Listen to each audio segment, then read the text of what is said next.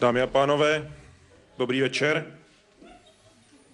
Dovolte mi, ještě předtím, než se vám nesmazatelně vryji do paměti, abych se představil. Jmenuji se Miloš Knor a přijel jsem z Rudolfova, to je těsně vedle Českých Budějovic. Původně jsem měl v plánu přijet a vzít to od podlahy, zkrátka rozbalit to, ukázat vám Pražákům, jak se to dělá. A to jsem nečekal, že přijde tolik lidí. Každý z vás jistě dělal někdy něco poprvé. A když je to poprvé, může se vloudit nějaká chybička.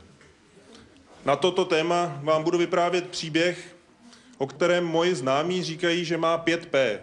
Já vím naprosto jistě, že těch P je tam mnohem víc. Kolik přesně vám neřeknu, ale můžete zkusit počítat. Příběh jsem nazval Poprvé. Praha, pěkný podkrovní pokoj, 4:30 popolední.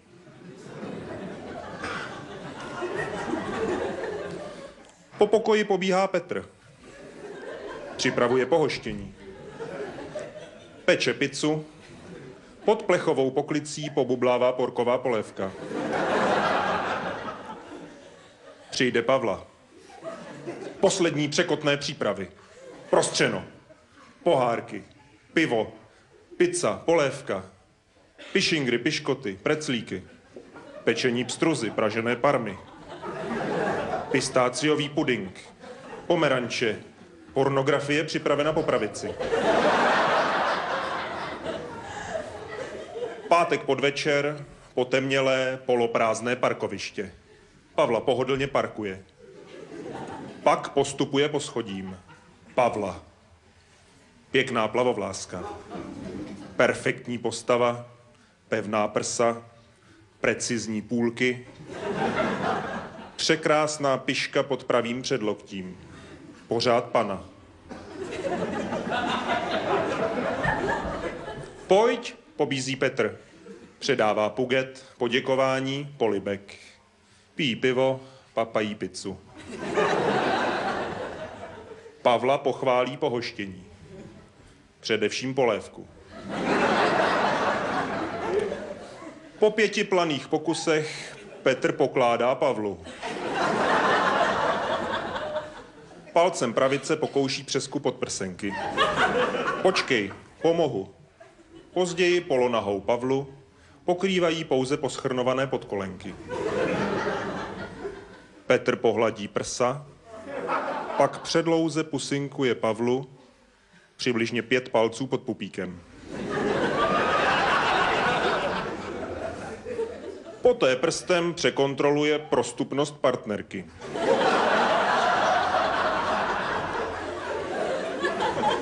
Připravena.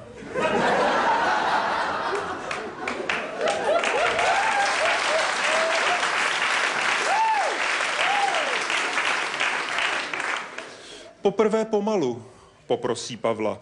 Pochopitelně. Přitakává Petr.